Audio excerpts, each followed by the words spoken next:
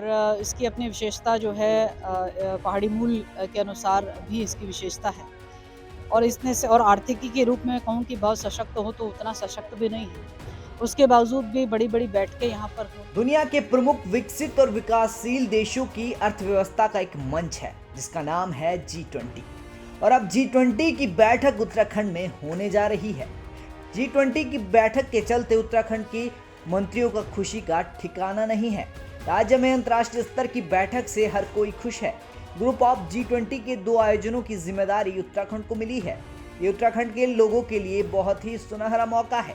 देवभूमि की संस्कृति को देश विदेश तक पहुंचाने के लिए दोनों आयोजन मई और जून 2023 में ऋषिकेश में होंगे। इसमें कुल 20 देशों का प्रतिनिधित्व शामिल है।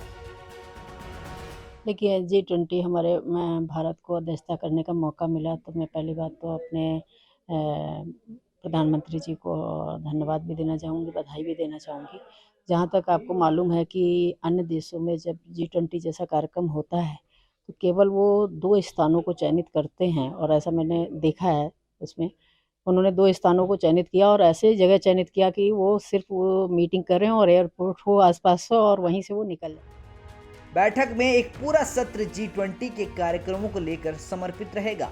प्रदेश सह मंत्री रेखा वर्मा ने प्रधानमंत्री मोदी को बधाई दी है।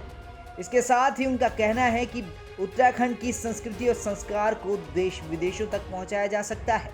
बता दें कि 1 दिसंबर से भारत को G20 की अध्यक्षता मिली है, जिसके तहत 18वां शिखर सम्मेलन 2023 में भारत में होना है। इस सम्मेलन के उपलक्ष्य में देश भर के 56 स्थानों को चुना गया है। पार्टी के प्रदेश अध्यक्ष महेंद्र भट्ट ने कहा कि यह हमारे लिए गौरव की बात है।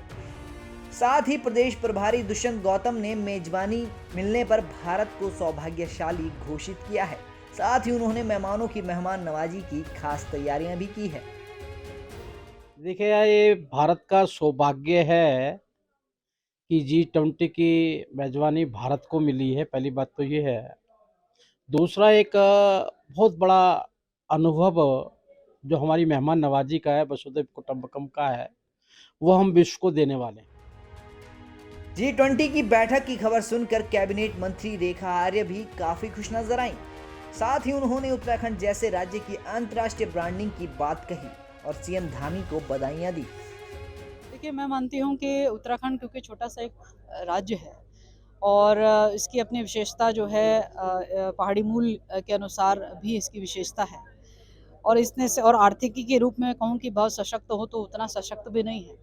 उसके बावजूद भी बड़ी-बड़ी बैठकें यहाँ पर होना, चाहे वो राष्ट्रीय खेल का आयोजन की मेज़बानी मिलना हो, चाहे आपने अभी जिसका ज़िक्र करा है उसकी मेज़बानी करने का मौका मिला हो, गर्व का विषय है।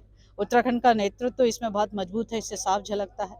माननीय मुख्यमंत्री दामी जी लगातार उत्तराखंड को अग्रसर और अग्रिम प्रदेश के रूप में पूरे देश में जो है रखना चाहते हैं। उसी की ही मैं कह सकती हूँ कि उसी को हम चरितार्थ होते हुए देख रहे हैं। निश्चित रूप से इससे उत्तराखंड की ब्रांडिंग भी होती है।